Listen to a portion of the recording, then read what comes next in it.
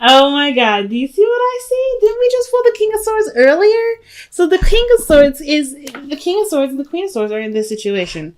Okay, one of the things that I see and the thing I thought I saw is that the King of Swords and the Six of Cups came out separately, and then now you have the King and Queen of Swords. You know, the King and Queen of Swords, they're always going to be each other's, even though they're considered divorced or they're not together. They're always going to be each other's. There's never in a million years that those two are not perfect for each other, or at least each other's, right? They belong to each other. They may have different views, different mindsets, but they may even have solid debates, but they're both very collectively, strong, right? They're very, serious. They're very logical. The underlying energy being the King of Swords. This is about you, and this is about you in love, okay? Why do we have the King of Swords here? Because of the Hierophant, the commitment of relationship. Oh my goodness. So this does have to do with a connection. This does have to do with commitments. This probably has a lot to do with real, with traditions as well. Why do we have the Hierophant here with this? Because of the King of Cups. Yeah, love. All right, undying love. That's what I'm seeing, guys. Undying love. The Three of Swords. This is like something that's definitely has not gotten. It's not done. The situation is not, squandered yet, right? The situation brings up old issues, or perhaps not old issues, but pains of the past, okay? Because I always see the Three of Swords as more of the pain of the past. Yeah, there could be situations that have been created from past instances. This could be situations where you're constantly triggered here, but the situation with the Three of Swords is more of like pains from the past. And the pain from the past ain't really any pain. It's just the last time you've been happy. Last time you've really been happy, and I think this is the last time someone's ever really hurt you so much. So it's like purely to the point where it like not almost broke you, but it definitely felt like it felt like life. Believe it or not, right? I don't know what that means. That's kind of when I picked it up. Like it's just so huge, that pain. You know what I mean? That pain is so huge. And the reason why I'm going in that direction is usually because right next to this, diagonally from this, is the moon. And the moon is a very intense energy. Like the love that you have for this person and the pain that you've experienced is so intense. It's so strong. And yet it's in a very, it's a dark place. I don't think this person makes you go down to a dark place, but it's definitely a place where you're not quite certain in how to really be proficient in it. Because the King of Swords is the master of communication, master of thinking, master of logic, master of understanding. He's really good at piecing things together, putting stuff together. He's the scientist of the tarot. I always see the King of Swords as the scientist. And then this one, it's so hard to figure out. It's so confusing. It's not consistent. It just fluctuates. It doesn't make sense. It doesn't correlate. But I feel like that sort of understanding of this energy is what's helping you to understand it even more. Because whatever this past relationship was, helped you to understand the inconsistencies in relationships for yourself. Helps you understand things that may be weird and things that you may not be unsure about. It makes more sense because of this experience. Lots of things made a lot more sense, but it's still confusing. But you're not stressed. You're defensive, but not stressed. Some of you may be defensive. Some of you may not be stressed. Some of you may be just taking it as you go. Observing. I'm getting a big observer energy. Only because you're not quite sure what step to take, right? You're trying to figure it out. Because right now, old stuff is coming back up hardcore. Synchronicities. 3, 6, and then what is this? That's another dividend of 3 here. I think because this is 18. The moon is 18, so you got 18 here, which is dividend of 3, and I'm doing math. I know because I got mathy cards. What can I say? King and Queen of Swords. Let's cracking the code here. Yes. So yes, if you do 3 times 6, that is 18.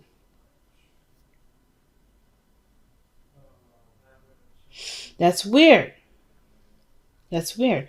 Now, I don't know what the significance is for those numbers. If you guys have been seeing sixes or threes and duplicates, or if you guys have been aware of synchronicities, you do have 2 threes in here. So if you guys have been seeing double numbers, that's significant. I'm not quite sure of the significance of the 18. I don't know why I felt the need to break it down. But for some of you guys, that may have, that may resonate with you as an answer. But it's just weird, right? It's just weird. And maybe some of you guys have been dealing with this situation for like 18 months. It could be that that's the situation that you've been in. You've been dealing with this for 18 months, or maybe even longer. The point of this situation, though, I don't think it's to heal old issues. Because I think there's a lot that you've been doing with this, because this is something that I've seen you guys have in some of your readings for a little bit. I don't think this plagues you anymore, but I think it's just, it's weird. It kind of looks like it's in the way, and which is why it's hard for you to make a decision on what you want to do, because the moon is there. It's confusing. Because I think your heart is like torn into several different areas. You want to protect yourself was first and foremost, but then it's look at the future. The strength card. That's strength. That's you're gonna have to be brave here. I don't think anything's scary. I think there's something about some sort of past energy. And definitely regarding when the last time you were happy, last time you were in a relationship. Something that definitely devastated you so much that it's, that you now feel more brave to take it on. Right? I think there's been a lot of triggers, a lot of things coming up, old insecurities that may be coming up, but you're in a different place. You're not who you were when this situation happened. Even though these swords are still there, you're not the same individual. So I'm going to go ahead and pull some clarifiers for this. What is the Three of Swords for Aquarius? What's the Three of Swords for Aquarius? What's the Three of Swords for Aquarius? Oh, Three of Swords for Aquarius. I'm running out of space with this camera, so I'm going to scoot some of this down. Wow. So I'm just going to hold these up. So, the reason why the Six of Cups is in the past, because it got really intense. The situation felt like it was too good to be true. But you didn't, either you were in control or someone else had control, and it was comfortable. That's where you got the comfort from. The happiness resonated with somebody that definitely took control of a situation. Or the emperor having to be someone that held down the house, pretty much.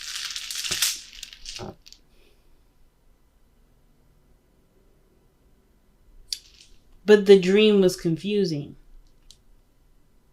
Or that the dream, like the situation felt so good, it was hard to imagine. It's almost like it would happen, but it just felt like it was just like, I don't want to say you lucked out, because I don't think that was the case. I kind of get this vibe that with the Six of Cups, like the situation really made you feel like there was nothing that can, like it is nothing like it. The Seven of Cups is usually decisions, options, and fantasies, right? It's the illusion of not necessarily the illusion of choice, but there's a lot of things that you could miss with the Seven of Cups. For instance, like, you could be so glamorized by the front of it that you didn't really take a look and see behind what each, like, there's no idea to tell or how to know how something was going to turn out, or how any of these options that you may have had in the past turn out. But it looks like to me something that the past was overwhelming with emotion, overwhelming with feelings. You have the moon come in twice here. And then you turn around, right? You see this, like, why it was intense? Because it was so perfect. It was so beautiful. This person, this emperor, don't know if it's you or not, but this situation was almost showing that this was such a too good to be true situation, and then things got confusing. Things got really confusing. It got really intense. I think in a way that the Six of Cups is expressing rose-tinted glasses, like almost like saying that the situation for you may have like was brought down to just that it was a wonderful fantasy experience that only lasted so long with the person that can hold stuff down, or someone that was very strong in their energy. But I think that's why it's coming back up, because I don't think it was just a dream or it was just a blimp. That's why I don't think you lucked out, because I don't think this situation would be coming back up if you did, right? I think this is something more than that. I think it was way more intense than either you're allowing yourself to accept, or you do know this and it's just like, well, it's in the past. It's cool.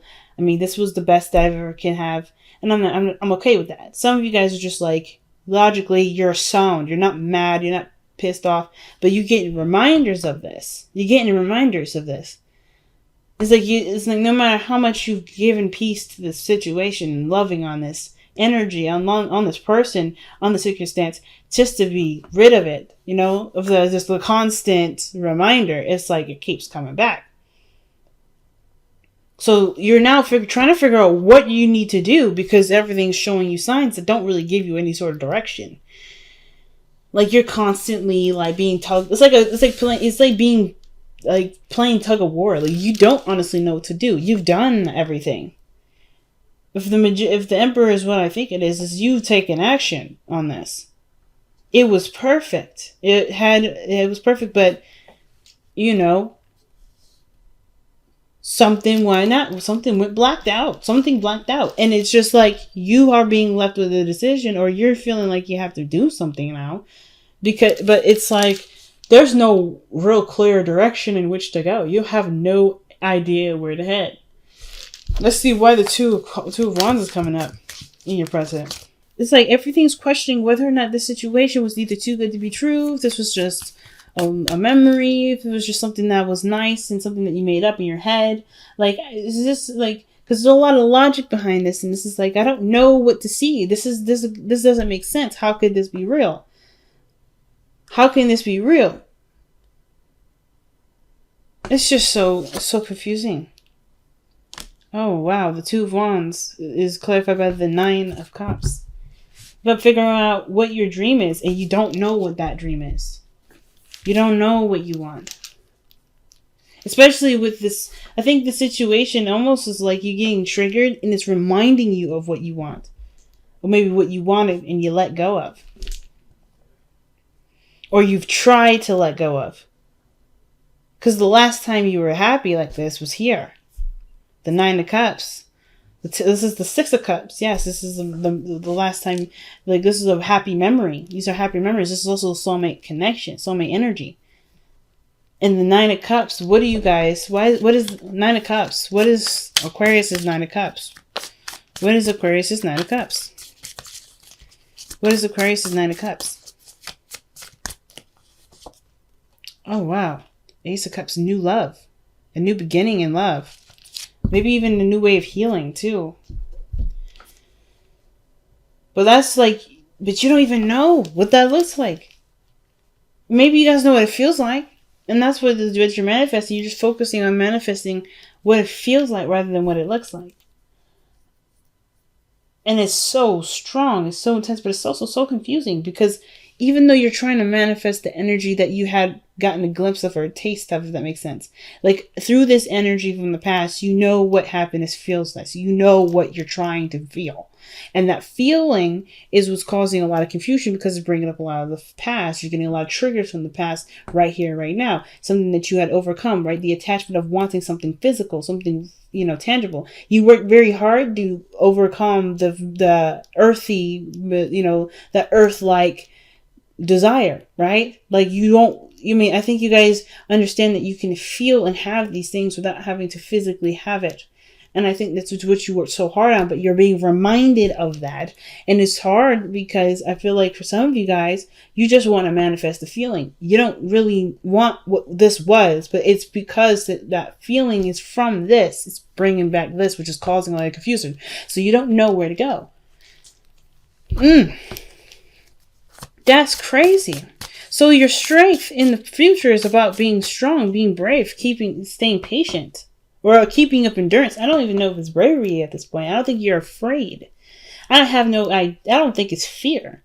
I think it's just more of like being prepared to handle whatever is coming in.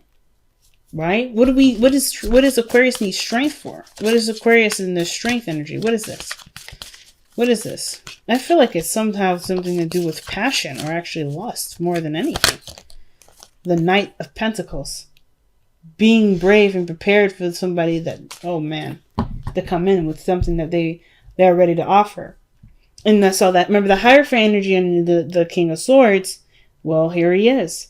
Or here she is. If this is somebody that's got a different age range. This is commitment. This is stability. Well, not commitment, but more of this is a slow moving energy, and the potential for this to be, commitment can be possible, but it goes through a lot of other hoops. It goes through a lot of review and a lot of, double checking, even procrastination maybe. But this person I always see the Knight of Pentacles as a perfectionist. It's almost like somebody hasn't really gotten something quite right yet here. But the Knight of Pentacles is coming in with something to offer. Usually something that's that's of great value to this individual. Especially considering their circumstance. So, I don't really understand what this may be. I feel like you may have to, or maybe there's something that calls for you to be brave because somebody offers something physical here, or someone offers you something of great value to them. So the Queen of Swords is your best path to follow. It's like it's just telling you to continue to be open. Like I think you've already been open. Just wait to see what comes in. But the Queen of Swords is your advice. What is the Queen of Swords supposed to express for Aquarius regarding advice? What is that supposed to mean for them? What does that mean for them? The Five of Swords. Okay, what the heck? Don't give up. That's what I'm getting the situation here for. Don't give up. Work with a compromise. Fight to the finish. Like this is the Five of Swords, right? That's ruthless energy. Usually that means that this is something that you're gonna, that you may either have to figure out whether or not it's worth it enough to either let go of and work out a compromise or continue to fight no matter what, no matter who gets in your way. The Five of Swords is ruthless energy. And when somebody comes in trying to test your energy, the Queen of Swords, you will be ready to fight. This person is really ready to take arms. Like, because she's been through enough. She's been through so much stuff. It's like, almost like, say, be selfish with this because you've been through so much. Why not get what you want out of the situation?